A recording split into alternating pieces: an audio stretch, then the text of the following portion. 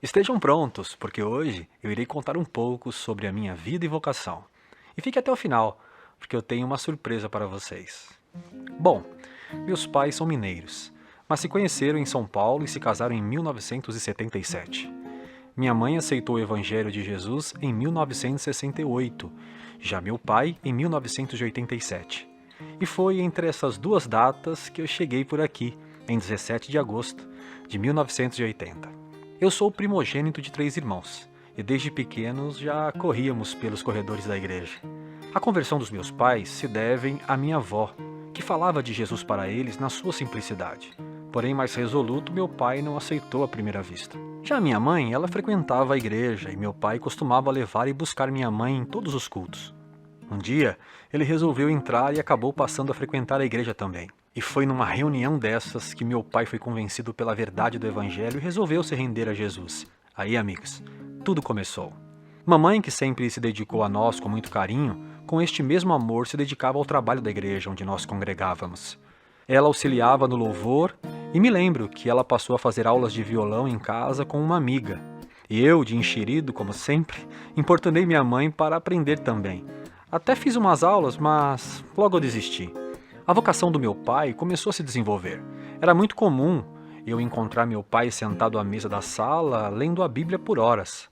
Por vezes, ele me convidava para sentar e me explicar a Bíblia e, ao final, sempre me pedia para recitar um texto que nunca mais esqueci.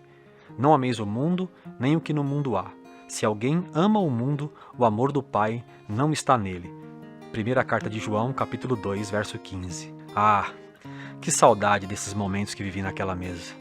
Meu pai passou a exercer a vocação pastoral, mas o seu coração pulsava por missões. Viajou por diversos estados e cidades do Brasil pregando o Evangelho. Milagres se acumulavam por onde ele passava. Ele voltava feliz para casa contando o que Deus fazia por intermédio dele. Ele era um evangelista nato. Minha mãe, dedicada ao lar, a mim e aos meus irmãos, mantinha uma vida secreta de oração.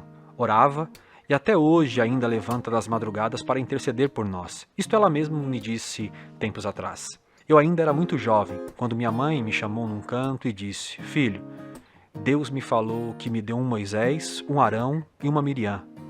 Ela estava se referindo a mim e aos meus irmãos. Eu achei até estranho na hora, mas agora estou começando a entender. Quando os meus pais aceitaram a Cristo, eu era muito novinho. E só foi aos 14 anos que me ingressei na igreja local, iniciada pelo meu pai e um tio. Fui incentivado pelos dois a me dedicar à igreja. E não deu outra. Eu me apaixonei por ela. Para você ter uma ideia, eu fui até morar dentro da igreja. Queria ficar lá o dia todo. Eu até limpava o templo, organizava o som e brincava pelos corredores. Eu aproveitava para ensaiar as minhas cantorias. Sim, eu aproveitava cada segundo que lá estava. Mas nem tudo foi festa. Também passei por maus bocados. Por diversas vezes dormi com fome, sozinho e apenas na companhia de um rádio que minha mãe me deu de presente. Eu dormia para que a fome passasse. Mas mesmo assim eu não arredava o pé de lá. Eu queria ajudar e ser útil o maior tempo possível. Eu fazia de tudo, precisou e estava lá. Mas eu tinha um pé mesmo, era na música, e o primeiro instrumento que tive contato foi a bateria. Sim, eu gostava de fazer barulho, e os pastores ficavam bravos comigo. Eles tinham razão, porque eu não economizava na força. Era bom demais a batida, mas não parou por aí. Lembro-me do primeiro dia que fui escalado para pregar. Lembro até do tema, era louvor e adoração. Tremia muito, embolava as palavras, mas ufa, consegui terminar.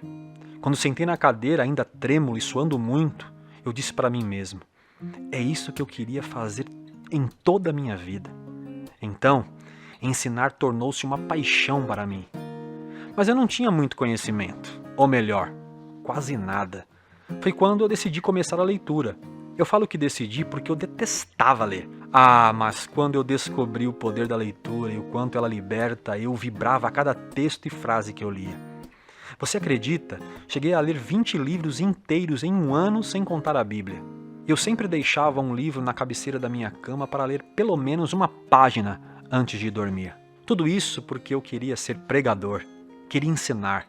Passava horas sentado lendo, e você acredita que por várias madrugadas acordei os meus primos com quem morava, porque ficava recitando a pregação em alta voz no quartinho dos fundos onde eu dormia? Se tornou uma paixão que revelou a minha vocação. Neste período, algo extraordinário aconteceu. Pela porta da igreja entrou a mais bela de todas as mulheres que ali passou. Olhei de novo e sério, eu gamei. A bela jovem não chegou apenas para completar a minha vida, mas veio para completar a minha missão. E em 2009 nos casamos. 3 anos antes de me casar, em maio de 2006, eu assumi de vez a função pastoral.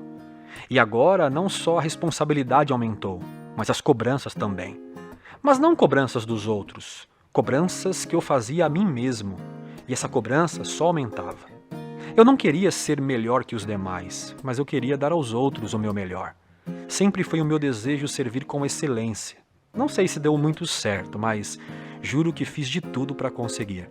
Na comunidade em que estávamos, muito aprendi. Dei trabalho, mas também trabalhei muito. E deixo aqui a minha gratidão pelos bons momentos que lá vivi, mas depois de 25 anos servindo ali, precisei sair. Agora, isolado em casa devido a uma quarentena por causa de um vírus global, começamos a realizar uma live semanal na minha página no Facebook. De início, o nosso objetivo era apenas compartilhar a mensagem do Evangelho e manter contato com os amigos virtualmente. Mas algo estranho começou a acontecer. O carinho que recebíamos a cada transmissão nos surpreendiam e a cada encontro parecia um culto congregacional. Mesmo sem endereço, sem estrutura, sem compromissos, se tornou um encontro virtual que nos uniam a cada like, a cada comentário, a cada compartilhamento que os nossos cultos recebiam. Você acredita que até ofertas passaram a nos enviar sem mesmo pedirmos? Seria um sinal de que Deus estava conosco? Eu acredito que sim. E começamos a investir em equipamentos para melhorar as nossas transmissões e apoiar as ações do bem. Mas depois eu conto mais sobre isso. A coisa começou a ficar séria. É que mesmo distantes, nos encontrávamos como se fosse presencialmente. A Fê até dizia: amor, quando estou interagindo com o pessoal nos comentários, escrevendo sejam bem-vindos aos encontros do bem, parece que eu estou recebendo as pessoas na minha própria casa. Muito louco isso, né? E não parou por aí. As lives começaram a gerar uma expectativa.